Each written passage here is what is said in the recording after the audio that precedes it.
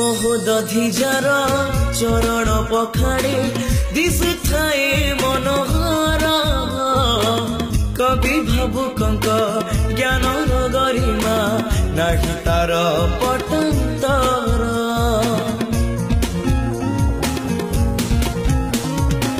मोहदधिजार चरण पखाड़े दिशुथाए मनोहर कवि भावुकंक ज्ञान गरिमा नाही तार पटंतर मंदिर शोभित नदी बनगिरी मंदिर शोभित नदी बनगिरी इतिहास साक्षी जार आम जिल्ला बालेश्वर आम जिल्ला बालेश्वर आम जिल्ला बालेश्वर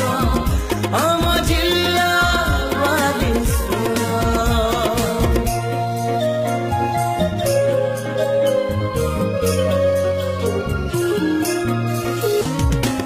हे फकीर तुमे रचिल ए धामे मुखे दे नुआ भाषा से भाषा शास्त्रीय मान्यता पाइछि जानिछि सारा ओडिसा धन्य आम भाषा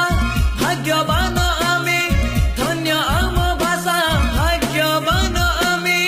भाषा साहित्य सहर आम जिल्ला